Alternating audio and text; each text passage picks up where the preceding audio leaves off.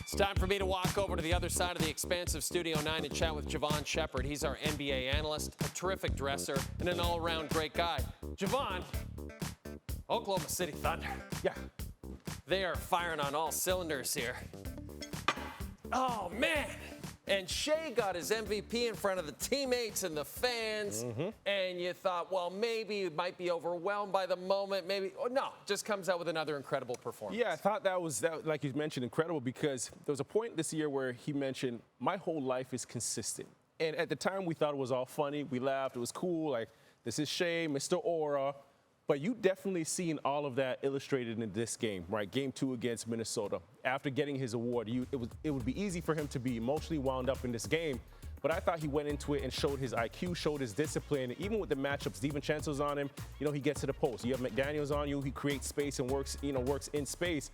And again, here, just blowing by the defender. And it's funny because I know you and I had the conversation the other night about him being a free throw merchant. Yep. And a lot of the attacks that I've seen today, it dawned on me that he does such a good job with his first step getting by that primary defender that the defense is always playing in rotation. Defense is always scrambling. That's also part of why they end up fouling him and he ends up getting to the free throw line so much. But in terms of, who he is and why he's the MVP, his consistency, and on an emotional night like this and coming out and having this type of performance, not just the 38 points, but he had the basketball in his hands a lot. And the defenses are designed to slow him down. Just one turnover. Yeah, that's incredible. One turnover. I mean, he was great. And the whole team was great. This was a 4-point game in the third quarter, and then the Thunder just blow it open. What is it about this Thunder team that allows them to go on these deep runs that sort of bury teams in the end of the game? They can beat you a multitude of ways. Everybody knows about, their defensive prowess. They're scrappy, they're gritty, they're physical. They'll double team you, they'll scratch, they'll force you to turn it over so they can get out and manufacture some offense in transition, like you see here, Caruso getting out on a steal.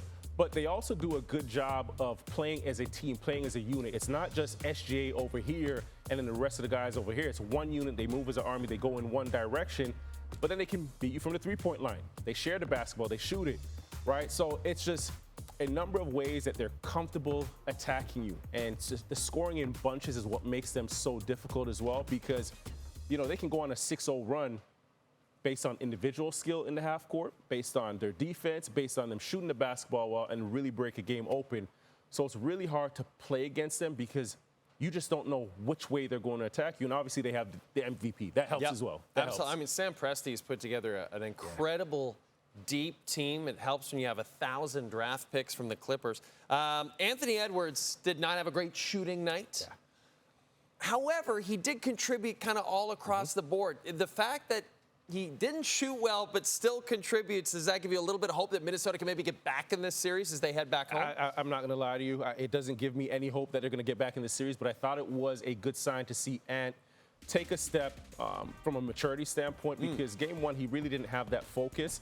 5 minutes into the game, Shai gets fouled. He throws the ball at him. I thought he was off his game there. But tonight, he really went out there and got himself into the paint, was more aggressive. Not a great shooting one, but I think his teammates also have to help him a bit more. If he's getting into the paint, right, and he's a prolific scorer the way he is and physical, when he kicks that basketball out, guys got to do him a service by knocking down shots so the next 2 plays down the floor, he can get into the paint and score. So to get the best and Edwards, his auxiliary pieces, his teammates also have to step up, make shots, be more controlled, be more disciplined, and have the hunger he does.